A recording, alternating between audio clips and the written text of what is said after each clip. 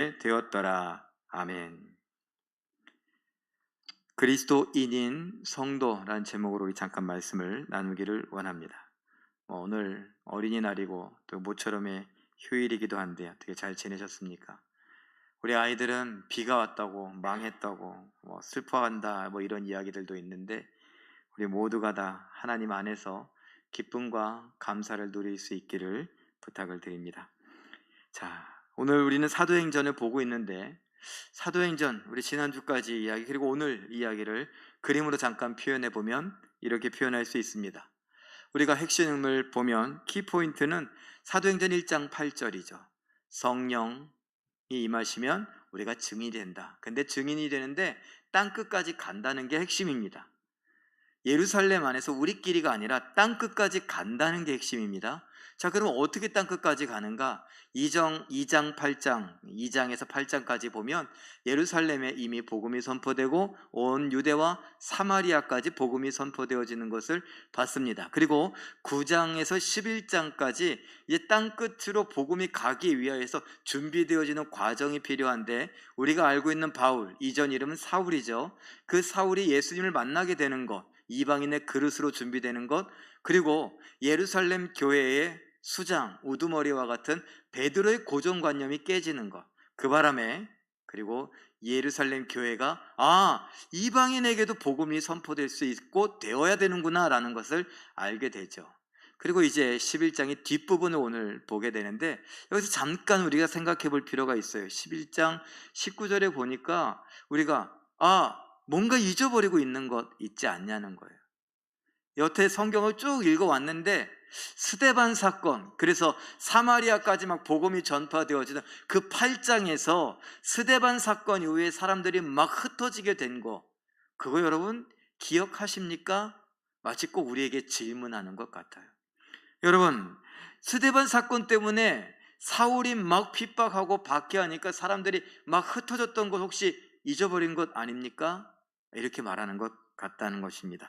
사도행전 8장 1절 4절 우리 괄호 안까지 한번 같이 이어서 읽어볼까요? 시작. 스데반이 죽던 그날에 예루살렘에 있는 교회에 큰 박해가 있어 사도 외에는 다 유대와 사마리아 모든 땅으로 흩어지니라. 그 흩어진 사람들이 두루 다니며 복음의 말씀을 전할세. 애써 이렇게 막 절제하는 듯한 느낌을 받게 돼요. 여러분, 지금 막 박해를 막 하는데 지금 이 사람들이 이 누가가 사도행전을 기록하면서 애써 절제하는 느낌. 왜냐하면 사울은 이후에 다메섹까지 막 가게 되잖아요. 그런데 이 다메섹에 왜 성도들 갔다는 이야기는 안 해요. 다메섹은 지금 이 이스라엘 바깥에 있거든요. 그러면 왜 여기서 거기는 안 쓰지? 제 느낌에 이 성령께서 누가에게 다 쓰지 말고 거기까지만 써라, 꼭 그러는 것 같아요. 이렇게 순서적으로 이게 퍼져나가는 것을 보여주기 위해서 그런 것처럼 보입니다. 그런데 이미 다메섹에도 가서 사람들이 있었고 그것뿐만 아니라 오늘 본문에서도 여러분 잊지 마십시오. 스데반 사건 그때에 사람들이 사마리아까지만 간 것이 아니라 이미 여러 곳으로 흩어졌습니다 라는 것을 상기시키고 시작합니다. 사도행전 11장 19절 말씀 우리 읽어보죠. 시작. 그때에 스데반의 일로 일어난 환란으로 말미암아 흩어진 자들이 베니게와 구브로와 안디옥까지 이르러 유대인에게만 말씀을 전하는데, 자 여기 보세요. 지금 이스라엘 사람 이 유대인들이 예수님을 믿고 이제 성도가 됐습니다. 그리고 이제 사울이라고 하는 사람이 강력하게 박해를 하니까 막 피해갖고 도망을 가다 보니 여기저기로 흩어졌어요. 그런데 아까 8장에서는 이스라엘 땅에만 흩어진 것처럼 보였는데 9장에서 보니 뭐라고요? 여기 베니게와 구브로와 안디옥까지 흩어지게 됐습니다. 이방 땅이에요. 그런데 여기서도 또 한 번 절제해요. 그 다음 절에 나오기도 하지만 여기서 잠깐 절제합니다. 뭐냐 하면 누구에게만? 유대인에게만 말씀을 전했다라는 것이 왜 그런가 우리가 한번 정황적으로 살펴보면 지금 이스라엘의 예루살렘 교회에서 무슨 일이 일어나고 있어요? 베드로와 함께 야, 이방인에게 복음을 전하는 게 맞냐 틀리냐 이런 논쟁을 벌이고 있고, 이제 막 순서적으로 우리가 성경을 보면은 이제 막 아하, 이방인에게도 복음 전해도 된다. 왜냐하면 이방인에게 우리와 똑같은 오순절에 성령 강림하시는 것을 경험했고, 그들이 우리가 경험했던 똑같은 방언으로 복음 전하는 것을 우리가 보았고, 회개하고 세례를 받고, 야, 하나님께서 이렇게 일하시는데 누가 막을 수 있겠느냐?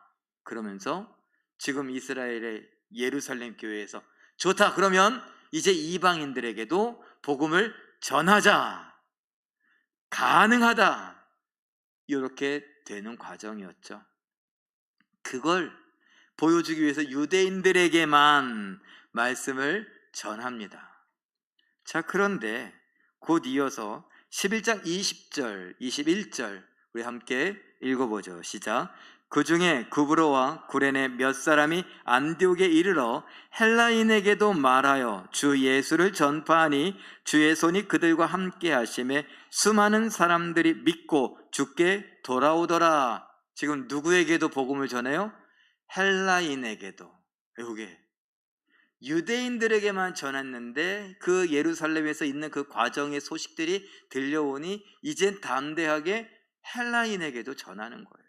여러분, 이게 그냥 지금 1장에서 11장까지 나중에 보겠지만 그냥 며칠 상관에 몇 달 만에 일어난 일이 아닙니다. 시간이 굉장히 깁니다.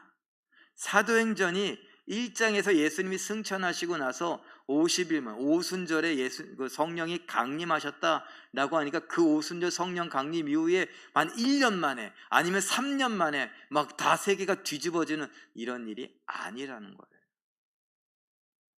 그러니 예루살렘 교회에서 그 일이 있고 그 일이 들려오는 이 과정 속에 처음에는 조심스럽게 유대인들에게만 복음을 전하다가 이제 소식이 들려오니 괜찮대더라.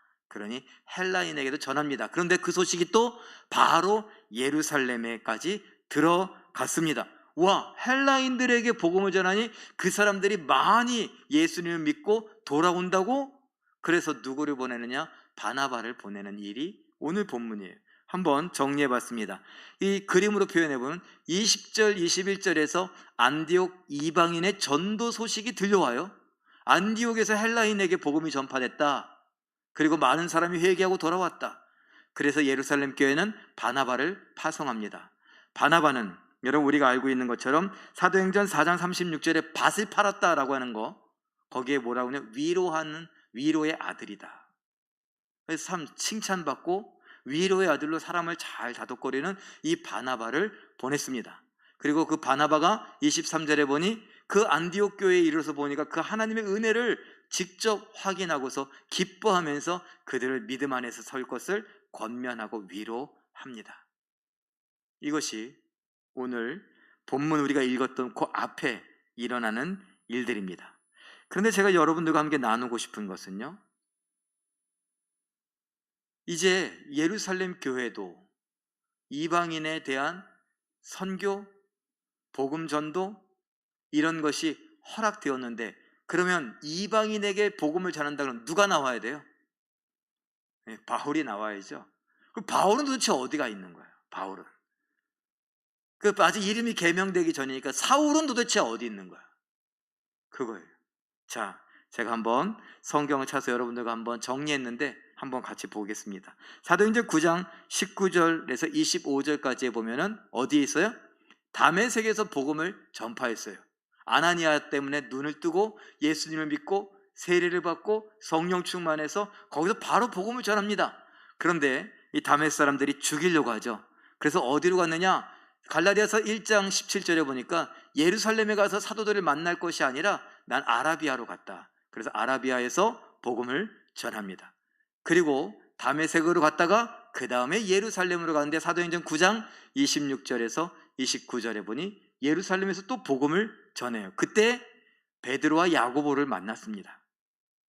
그리고 사도행전 9장 30절, 그 예루살렘에서 유대인들이 죽이려고 하니까 이제 위험에 빠져서 다소로 피신을 갑니다. 아, 바울은 다소에 있어요. 그래서 오늘 바나바가 안디옥 교회에서 야 이제 이방인들이 준비되어 오고 막 그 복음이 전파되려고 할 때 이 우리가 흔히 알고 있는 이방인의 그릇 바울을 찾아야죠. 그가 어디에 있다고요? 다소에 있어요. 사실 다른 사람 같으면은 예루살렘 교회 가서 베드로더라 한번 오라고 그러면 돼요. 그런데 여러분 성경은요, 성령은 이 바나바가 베드로를 청하지 않고 오히려 먼 곳에 있는 북쪽으로 160km나 가갖고 누구를 찾아요? 사울. 하나님께서, 예수님께서 이방인을 위한 그릇이라고 했던 그 사울을 찾아갑니다. 그래서 그를 데리고 옵니다. 이것도 한번 정리해 봤어요. 사도행전 11장 25절에 보니까 바나바가 사울을 찾으러 다소로 가는데 이 안디옥에서 북쪽으로 160km나 더 가야 돼요. 그러니까 며칠을 갔다가 만나서 데리고 와야 되는 거예요. 사도행전 11장 26절에 보니까 바나바가 사울과 함께 안디옥에 돌아옵니다. 그런데 제가 10년이라고 썼어요. 다소에 머문 지 10년쯤 됐습니다. 그러니 지금 가만히 따지고 보면 9장에서 11장까지 오는데 10년 걸린 거예요. 10개월이 아니에요. 한두 달이 아니라고요. 10년 걸린 거예요. 우리는 그냥 성경을 편히 읽다 보니까 이게 그냥 후딱 된 걸로 생각하는데 그렇지 않다라는 것입니다. 사도행전 11장 26절에 보니 바나바와 사울이 함께 안디옥에서 큰 무리라고 했는데 앞에 보니까 헬라인들이었어요. 헬라인들 큰 무리를 1년 동안 가르쳤다. 그러니 그 중에 많은 사람들이 하나님께로 돌아오게 됐다. 그런 이야기입니다. 자, 그러니 지금 바나바가 안디옥에 가서 헬라인들이 막 회개하고 예수님을 믿는 걸 보고 야, 이 사람들을 잘 가르쳐야겠는데 어떻게 가르치지? 베드로를 불러올까? 바울을 불러올까? 바울, 사울을 불러오자. 왜? 그는 이방인을 위한 그릇이니까.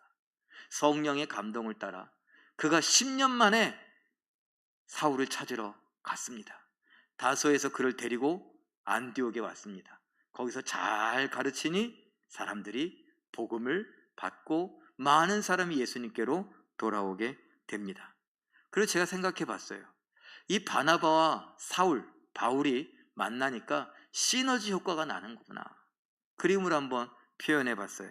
사도행전 11장 24절에 보니까 이 바나바는요, 착하고 성령과 믿음이 충만한 사람이다. 그리고 아까 우리가 얘기했던 대로 4장 36절에 보면은 그 사람은요, 위로의 아들이다 라고 했어요. 정말 좋은 사람이에요. 성령을 따르는 사람이고요. 그런데 사울은요, 사도행전 9장 15절 17절에 보니까 그는 주의 그릇으로 준비된 사람이고 하나님이 택하신 사람이고 성령이 충만한 사람이었다라는 것이에요. 성령 충만한 사람, 착한 사람, 그릇으로 준비된 사람, 이 사람들이 모이니까 시너지 효과가 나갔고 뭐라고요? 사도행전 11장 26절에 많은 사람들이 예수께로 돌아올 뿐만 아니라 읽어봅니다. 시작. 처음으로 그리스도인 칭호를 얻음. 처음으로 그리스도인이다 라는 말을 듣게 됐다라는 것입니다. 사실 이 안디옥에 있는 사람들은요, 이런 말재간이 좀 많았나 봐요. 좋았나 봐요. 근데 이 그리스도인이라고 하는 것은 사실은 그냥 좀 놀려먹는 거예요. 그냥 우스갯소리로 이야기하는 거거든요. 조금 이따가 좀 더 자세히 보죠. 우리 사도행전 11장 26절 현대어 성경 번역은 이렇게 말합니다. 읽어보죠. 시작. 신도들이 처음으로 그리스도인이라고 불리기 시작한 곳도 안디옥이었다. 그리스도인이라고 처음 불렸다는 거예요. 거기에서. 그러면 그리스도인이라는 것은 무엇이냐? 헬라어로 크리스티아노스, 그리고 영어로 우리가 알고 있는 대로 크리스찬인데 그 뜻은 무엇이냐? 그리스도의 당. 무슨 당 있잖아요. 뭐 한나라당 아니면은 뭐 국민의힘당, 더불어민주당 뭐 이런 것처럼 당이에요. 그리스도의 당이다. 또 그리스도를 따르는 사람이다. 또는 그리스도께 속한 사람이다. 이런 뜻을 갖고 있어요. 그리스도의 당이든 그리스도를 쫓는 사람이건 그리스도에게 속한 사람이건 다 뭐가 있어요? 그리스도가 있어요. 그리스도가 중심이라는 거예요. 내가 어느 당에 속했다 그러면 그 당의 규칙을 따라야 됩니까? 따르지 말아야 됩니까? 따라야죠. 따르지 않으면 뭔가 제재가 있고 뭐 출당을 하게 되기도 하겠죠. 그렇게 돼요. 근데 내가 누구를 쫓는다 라고 했을 때 그 사람은 쫓는 사람을 바라보는 거죠. 그리스도를 쫓는다 그러는 것은 그리스도를 따라간다 라는 말이고 그리스도를 흉내낸다 라는 말이기도 합니다.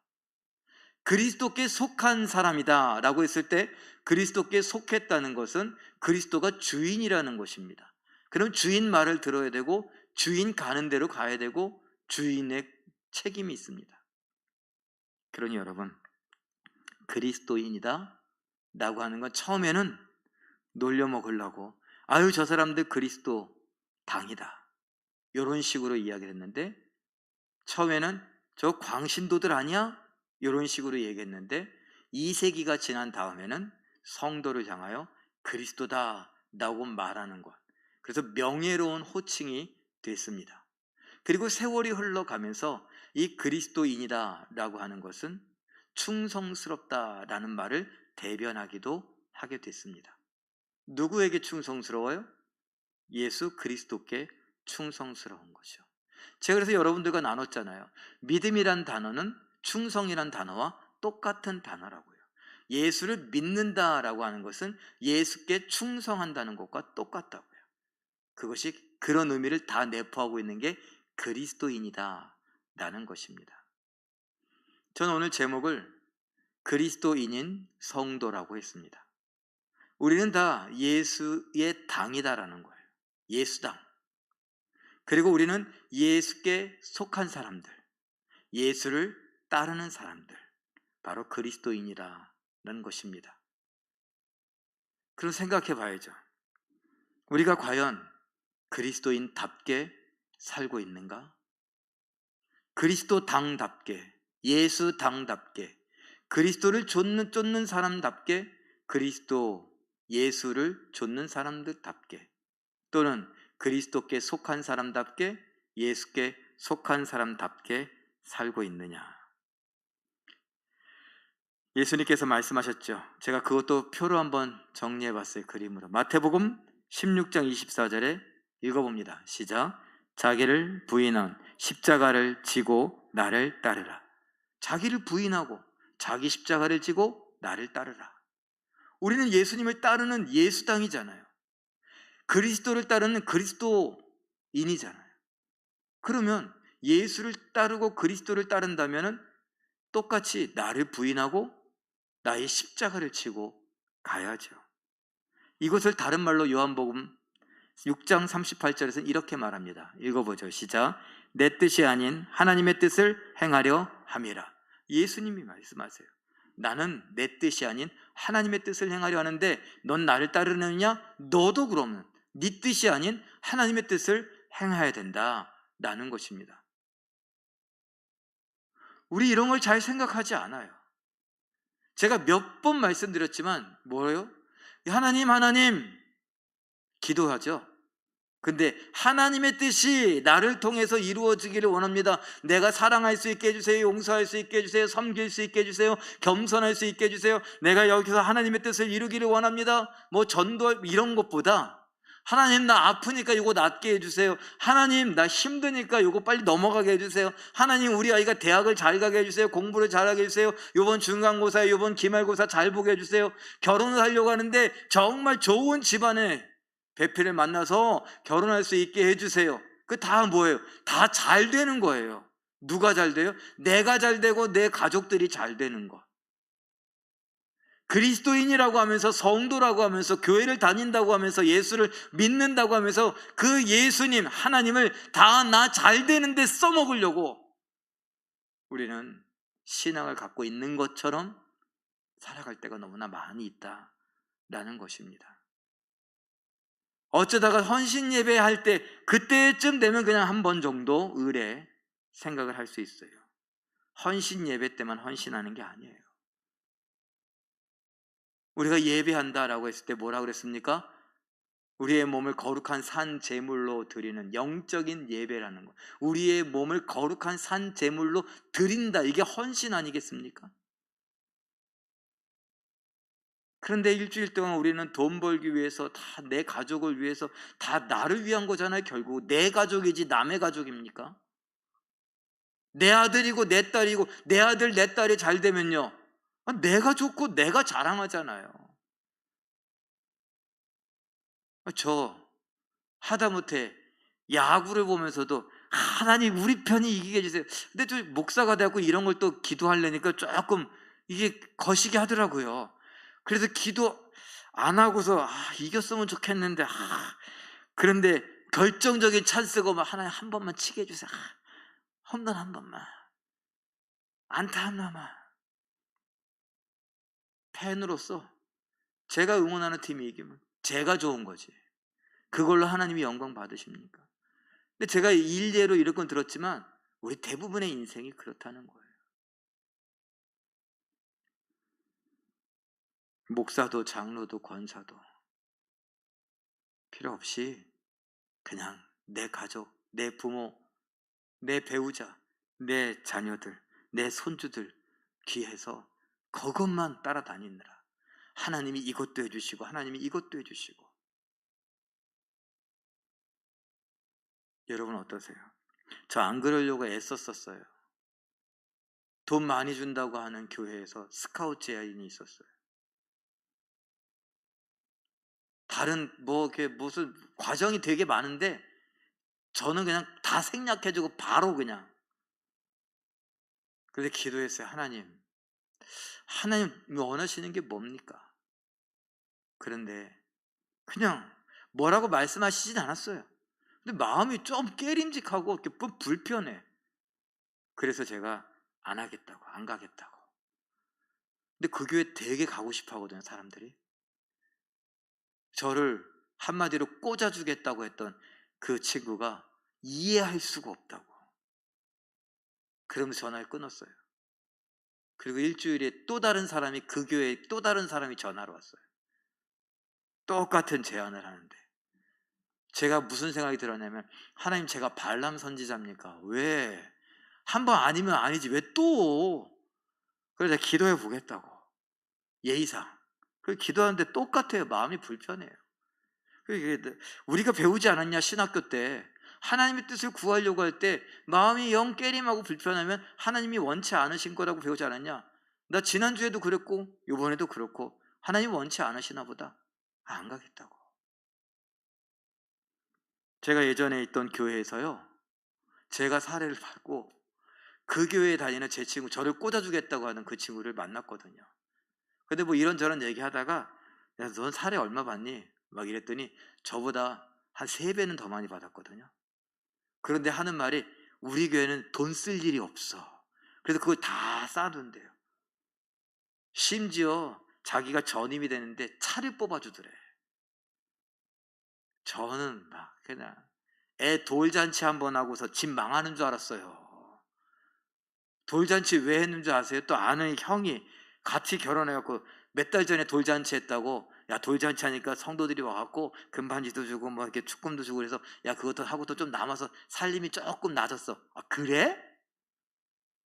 웬걸 교회에서 자 목사님 전도사님들 막 해서 한 10명 하는데 금 한돈 반지 하나 갖고 왔어요. 제 동생이 막 친구들 막 운동하는 애들, 이만한 애들 막 끌고 왔는데 나이키 신발 요거 하나 사갖고 왔어요. 그래서 금 모으기 했어요. 그때 결혼 예물 다 모아갖고 다 팔고 망하는 줄 알았어요.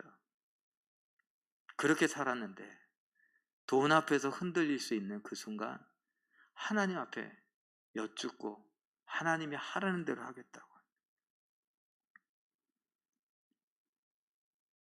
그래서 제가 여러분들과도 한번 이야기할 수 있어요. 여러분은 어떠십니까? 돈을 쫓아다니십니까? 돈만 된다고 한다면.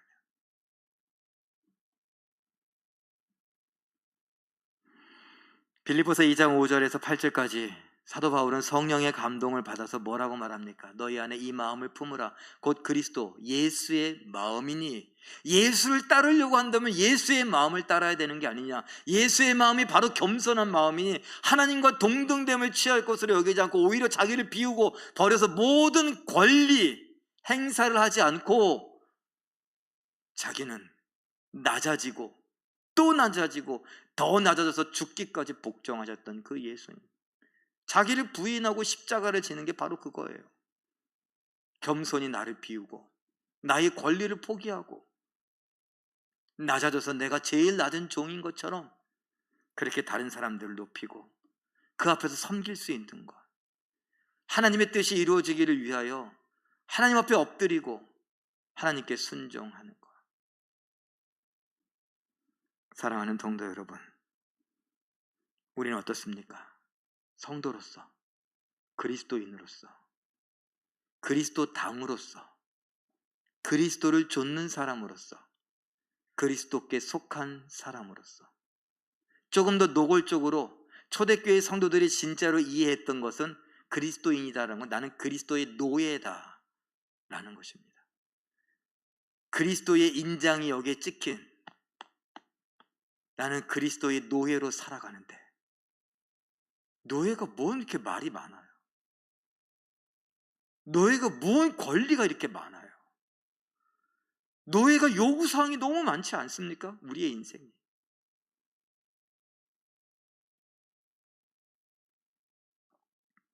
저도 며칠 전까지, 얼마 전까지 그랬다고 그랬잖아요. 하나님, 내가 뿌린 게 얼만데 뿌린 대로 거둔다면서 도대체 언제 거두어요? 언제?